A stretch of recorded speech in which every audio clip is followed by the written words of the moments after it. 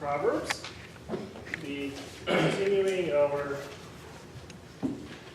study here of the book of Proverbs. I thought this morning as we begin, I thought I'd share some comments with you given by some visitors to the Bridger Wilderness area. It's a 4,000 acre mountainous wilderness area in Wyoming. These are some of the comments left by some of the hikers, some of the visitors there after going, hiking and sightseeing in this beautiful park. So here's some things that they said. Too many rocks in the mountains. Yeah. The places where trails do not exist are not well marked. Trails need to be reconstructed. Please avoid building trails that go uphill. Too many bugs, leeches, and spiders and spider webs. Please spray the wilderness to rid these areas of these pests. That's ecologically sound, right? That's just a great thing to do. Escalators would help on the steep uphill sections. Chairlifts are needed in some places so that we can get to wonderful views without having to hike to them. I guess that would work, right? A McDonald's would be nice at the trailhead. I'd like that one. That's where I'm going to put my McDonald's.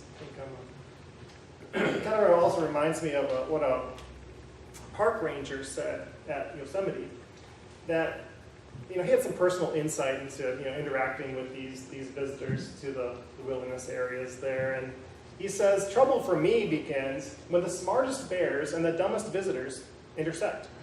So, that's kind of how it works. One of the ways to study Proverbs is to study the fool.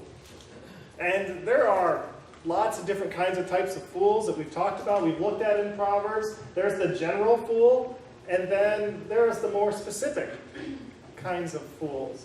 The one type of fool that's just absolutely ridiculed, that's just, you just talked about all the time in Proverbs, is the sluggard. The wise men of Israel, they saved some of their best imagery and their sharpest critiques, really, for this lazy, do-nothing, slug-like kind of person. So here's a sample of what Proverbs has to say about the sluggard. Proverbs 26, in verse 13. A sluggard says, "There's a lion in the road, a fierce lion roaming the streets." Then Proverbs 26:14. As a door turns on its hinges, so a sluggard turns in his bed. Proverbs 26:15. A sluggard buries his hand in the dish. He is too lazy to bring it back to his mouth. Proverbs 21:25. The craving of a sluggard will be the death of him, because his hands refuse to work. And then finally, Proverbs 10:26. As vinegar to the teeth and smoke to the eyes, so are sluggards to those who send them. All right, so from these Proverbs and other Proverbs like it throughout the book of Proverbs, we can kind of reconstruct a typical day in the life of a proverbial sluggard. His day begins early in the morning. And the sluggard's, his alarm goes off like everyone else's. Beep, beep, that annoying beep noise. And he just rolls over in his bed. He thinks about the coming day and all he has to do, and he thinks, just a little more sleep. And he rolls over, slaps his snooze button, and he gets 6 more minutes of sleep. And this happens over and over and over again. The sluggard rolls back and forth in his bed, just wanting just a little bit more sleep, just to sleep a little bit longer. And finally, when he does get out of bed, he's overslept. He's lost time, and And he can't afford to do the first two things on his to-do list. He can't afford he doesn't have the time to get up and pray. And he can't go out for a run. But he says to himself, he says, that's okay. There'll be time for that tomorrow. And he goes and he stumbles blurry-eyed out of his bed, and he goes over to the window. He peeks through the blinds. He looks at the weather. He's kind of squinting. He's hoping it's cold and icy outside, so he doesn't have to go anywhere. That's a good reason.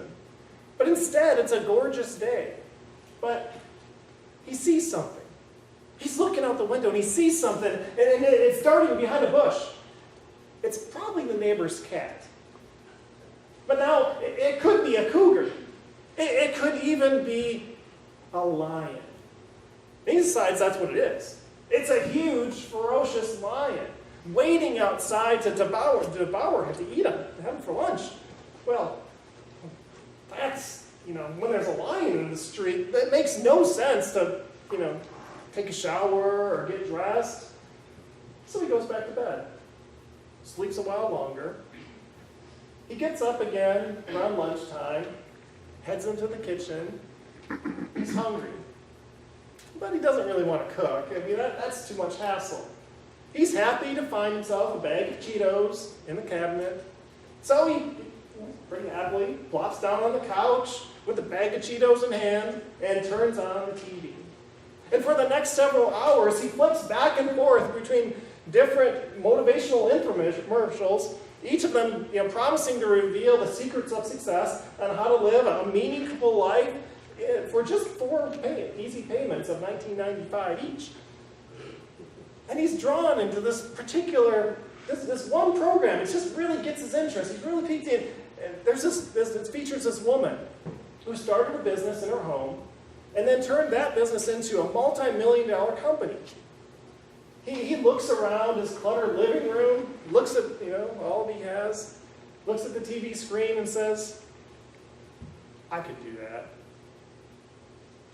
Well, later in that afternoon, he falls asleep again, and he wakes up to find his hand buried deep in that almost empty bag of Cheetos. It appears he has fallen asleep mid-bite. And he's disgusted with himself. And he vows just to change his life. He declares to the heavens, he says, I will work hard to achieve my goals. Starting tomorrow. At bedtime, he sets his alarm 30 minutes earlier than usual. And he throws away today's to-do list. And he writes a more ambitious one for tomorrow. He snuggles back into his bed and begins to think about all he'll accomplish tomorrow. Now, a lot of it's not going to be very much fun. Much of it won't be easy. Much of it, in fact, it's going to be hard work. And the sluggard drifts off to sleep, just dreading the sound of his alarm. And so it is, another day in the life of the sluggard. Now, Proverbs is really hard on sluggards. You read through the book of Proverbs, there's not a lot of grace and mercy in Proverbs for sluggards. Because sluggards are lazy. They can't get out of bed. They avoid hard work. They make excuses of why they can't get anything done. There's a lion in the street. They lack initiative. And even if there is a lion in the street, who's going to organize the hunt to take care of him? Not the sluggard. Sluggards procrastinate. They have a hard time getting started. And when they do get started, they have a hard time finishing. They put their hand in the dish, but they can't bring it back to their mouth. I mean, that's a ridiculous image, really. I mean, think about it. That's just ridiculous. But that's the point. Sluggards spend a majority of their time and their energy dreaming about how they could, and talking about how they could live a better life. But they never take action. to actually make that life a reality, to make their life better. Sluggards can't be trusted. If you trust one to do something important, you will be disappointed. If you employ a sluggard, if you're the boss and you hire a sluggard, Proverbs says it's kind of like having someone blow smoke into your face or drinking a cup of vinegar. A sluggard's problem is that he wants to be rewarded for work he doesn't do. And that gets at the heart of why a sluggard is the way that the sluggard is.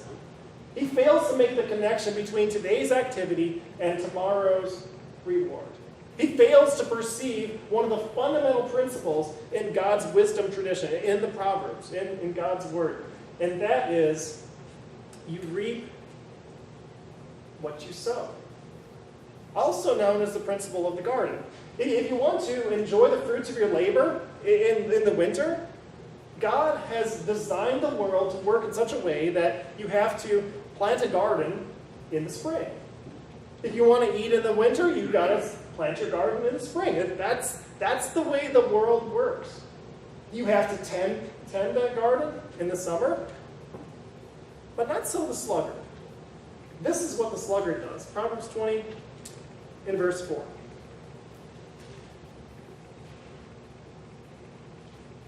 The sluggards do not plow in season, so that at harvest time they look but find nothing.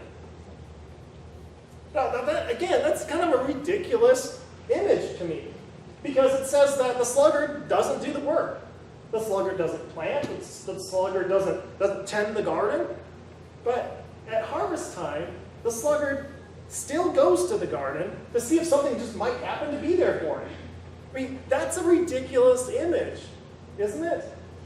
But it portrays the mindset of the sluggard who doesn't make the connection. If I want to survive the winter, I'm going to have to work in the summer. Ants understand this, but the sluggard doesn't. Proverbs says in Proverbs 6, "Go to the ant, you sluggard, consider its ways and be wise." The sluggard engages in really what you could think of as magical thinking. Magical thinking is the kind of thinking when you think things are going to happen for you somehow magically. Even though you don't do anything, you don't do something to put it into motion, you don't do the activity to make it happen, they think it's going to happen. The sluggard lives in a fairy tale world where they think that little elves come out at night and they do the work that they don't really want to do, so that when you wake up in the morning that it'll all be done the way you want it to be done anyway. Remember, it's a fairy tale existence. Another way to think of it, another way to say it, is that sluggards don't understand or don't practice the principle of delayed gratification. I know it's a big word, but it's delayed gratification. It's one of the biggest differences between the immature and the mature. It's the difference between the foolish and the wise. It's one of the ways you know when you're growing up. It's one of the ways you know as a parent when your kids are growing up, is that you see them to begin to practice delayed gratification. When you have to do something difficult, or you have to do something hard or unpleasant today, believing that it'll lead to something pleasant or some type of reward, something good, something that you want tomorrow, or next week, or maybe next month, or maybe next year even. It's the only way to get ahead in this world. It's delayed gratification. And the sluggard, he wants to be the star on game day. He does. He wants to be, everybody put him up on his shoulders and carry around because he won the game. But he doesn't want to practice hard and doing, things like conditioning drills in the hot off season. The sluggard doesn't want to work at it. The sluggard does want to walk across the stage and get a degree, but she doesn't want to attend class or study or write papers. A sluggard wants to be a best-selling published author, but he doesn't want to spend time toiling away, with pen and paper or even on a laptop. The sluggard wants to, those magnificent views, He wants the mountaintop view, but the sluggard doesn't want to hike up the hill to see them. The sluggard wants a bountiful harvest, but doesn't want to spend any time in the garden. And this is simply, it's not the way the world works. Proverbs is hard on the sluggard. Because a sluggard is the kind of fool who thinks that he can just sit back and wait for good things to just fall out of the sky for him. The sluggard is kind of the fool who's not able to discern the way that God made the world. He can't look at the world and say, you know what, I'm going to have to plant in spring to get a harvest in the fall. Sluggard doesn't see it. Doesn't see that, God rewards those who work hard and disciplines those. He's pretty hard on those who do nothing. Those who sit back and do nothing. Life is unkind to those. Life is hard on those who can talk but not act. And eventually, Proverbs says that sluggards reap what they sow. Or basically, they reap what they do not sow. There will be consequences.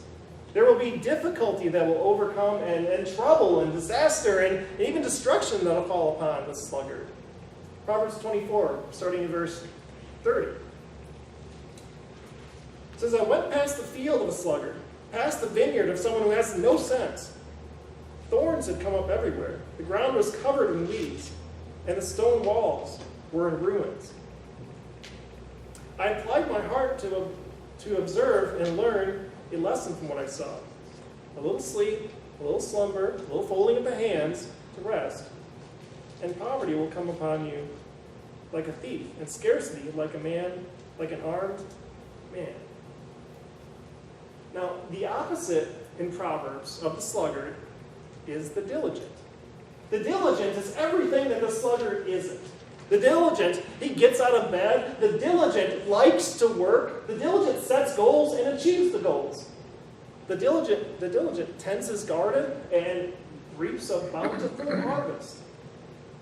The diligent's needs are satisfied, while the sluggard goes hungry. Proverbs 13, in verse 4. A sluggard's appetite is never filled, but the desires of the diligent are fully satisfied. Now, this is Proverbs given to us at its black and white. Either or best. I mean, it's just black or white. It's just either this or it's that. Either you're a sluggard or you're a diligent. Proverbs breaks down the world in these two categories. Either you're a lazy sluggard, or like a grasshopper who's going to starve in the winter, or you're a diligent ant who's going to prosper. And Proverbs says that's it. Those are your two choices. And I think this is probably a really good time for me to remind you of something I said the very first week of this series. And that is that Proverbs is a collection of generalizations. Proverbs is generally true. It's general wisdom that's mostly true. It's true most of the time. Which means there are exceptions to these principles that we read in Proverbs. Almost every single one of them, there's an exception to it. And take this topic, for example. Not all poor people are lazy sluggards. Not all poor people, people that haven't yet found success in life, not all of them are lazy sluggards. And not all rich people are diligent, hard workers. I mean, sometimes the poor are poor just because they've been exploited by the rich. Or maybe they're oppressed by the system, the man's got them down, or something like that. But maybe they work really hard. Maybe they do. They just haven't figured it out. I mean, where they fit in and how, haven't found their place yet where they can, succeed that way. But they're working at it. They're hard working at it. And, sometimes the rich, though, are rich because they were born into a rich family. I mean, they have a trust fund. They turn 18 and they just get dumped a big pile of money on it. There are exceptions to the rule. Now, the goal here, when we read Proverbs, is not to look for the exceptions. That's more Ecclesiastes' job. when you read Proverbs, the goal is to not look for those exceptions to the principle of the garden, where you reap what you sow, you plant it. Or, it's not to try to figure out all the different ways that lazy sluggards aren't responsible for the demise. No. When we read Proverbs, if we read Proverbs that way, we can miss the mostly true principles that we really need to hear. Because the question this morning is not, what are the exceptions to the principle of the garden? The question this morning more is, in what ways am I a sluggard? In what ways can I identify with this really ridiculous description of a sluggard in Proverbs? And how am I like that? And we can all agree, I think, that the proverbial sluggard is an exaggeration. I mean, think back through your life. Do you really know anybody like that? This, lazy, drooling, snoring slob who falls asleep on, in front of the TV with his hand buried in the bag of Cheetos? I don't think that we run into a proverbial sluggard like this very often. Especially not in Wisconsin. I mean, Wisconsin's hard sometimes, like somebody said, why would somebody live here when it's so hard? You could just go live someplace where it's warm and sunny, somewhere else. But, we've got a history of working hard up here. And I think we understand the value of hard work. So I doubt there are many proverbial sluggards here this morning. I don't think that's happening. But what I believe more likely than that, though, is that all of us have the potential to be sluggards in one or two key areas of life. We can be a sluggard in one or two key areas while exercising impressive diligence in other areas. Maybe this slide here will help visualize this for you. Think of your life as a garden. Like most gardens, there are little different sections going on here. You got different parts of the garden growing different crops in each one of the different sections. And it's entirely possible to be successful in green beans, in business, and to be a relational sluggard. It's possible to achieve your career goals and have that part of your garden, it's looking great. You're top of your game. It's possible to be successful there, and then have the relational part of your garden, the part of your life with your spouse or your parents, have that part of your life overrun with weeds. It's possible to look successful and be diligent in one area and have the other part of your garden be in complete disarray, totally overrun with weeds. It's possible to be diligent in your physical fitness and in your appearance. You can spend hours and hours training your body and never invest any time in those kinds of activities and disciplines that train your spirit. It's possible to be spiritually diligent and at the same time be a financial sluggard. You can spend hours and hours in prayer. You can spend hours in Bible study and meditation and growing closer to the Lord. And yet when it comes to managing your money or staying out of debt, you just can't do the work. You can't take the action. We can all be intellectual sluggards. We can go through life and we can refuse to do the hard work of thinking for ourselves. Instead, we can take the easier route of letting other people think and form conclusions for us. And again, it's just intellectual laziness. To put a finer point on this question, this really isn't just, in what ways am I a sluggard? But in what areas of my personal life, what areas am I neglecting? What areas am I not pulling the weeds out of? What are the areas where I know there's a problem in my garden? I know that I'm either not watering it, I'm not weeding it, I'm not tending it in the way that I know I should. I'm not spending enough time there. I'm not spending enough energy there. And think about those areas of your life. Think about your garden. And as you're thinking about that, if you're thinking about those areas of your life where you might be a sluggard, I invite you to open yourself this morning to the Spirit's leading. As God might be bringing to your mind some of those areas of your life that could need more work.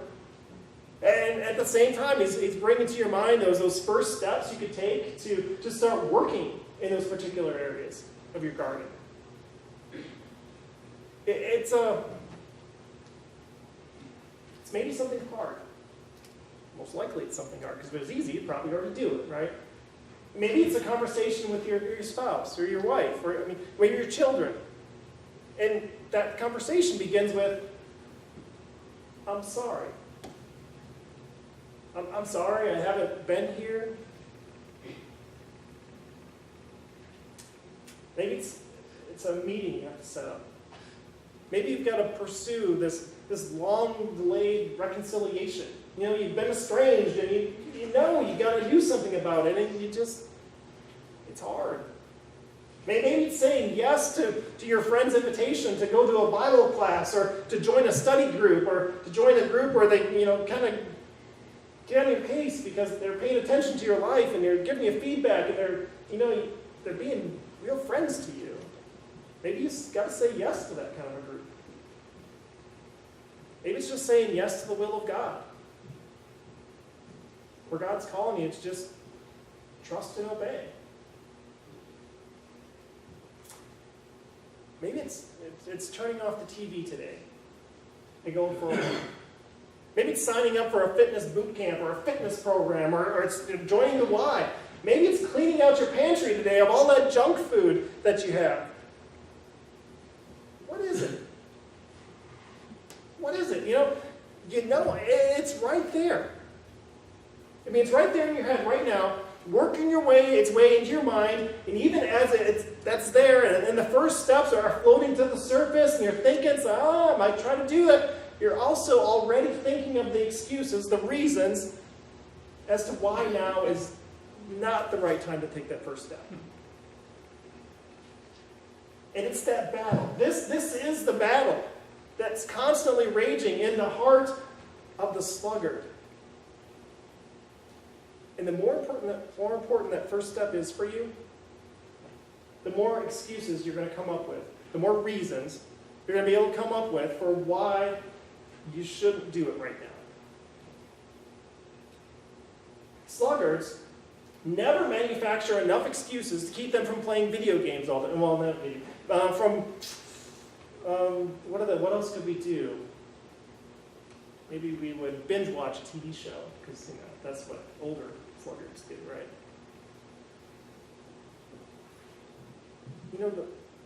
The mind doesn't work that way.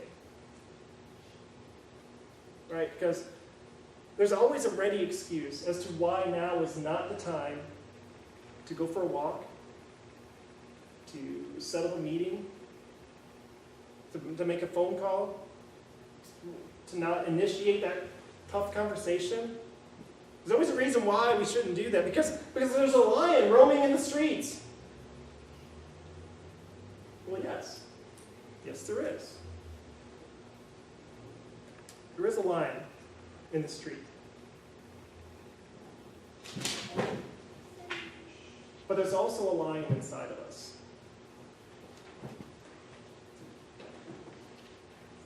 The presence, the Spirit of the resurrected Christ. The Lion of the tribe of Judah. The Lion and the Lamb of God, who in his story did not turn away from the hard or the difficult thing. Instead, he faced it. Even though it hurt, even though he didn't want to do it, it was hard, and he faced it. And through the power of the Holy Spirit, he overcame it. And he's the one who calls us right now. As he calls us to follow him, he calls us to follow him and to trust him, and he shows us how to do the same thing he did, how to do the hard thing. He led the way.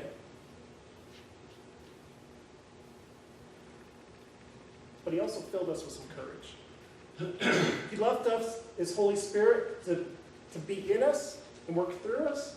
Give us the courage and the power and the strength and the energy that we need to take that first step.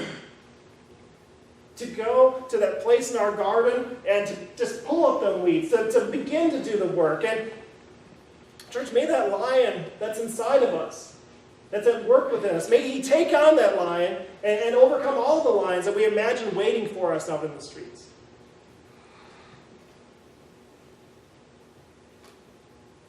By God's grace, He'll do it through us and in us. Let's follow Him. Let's follow His leading as we stand.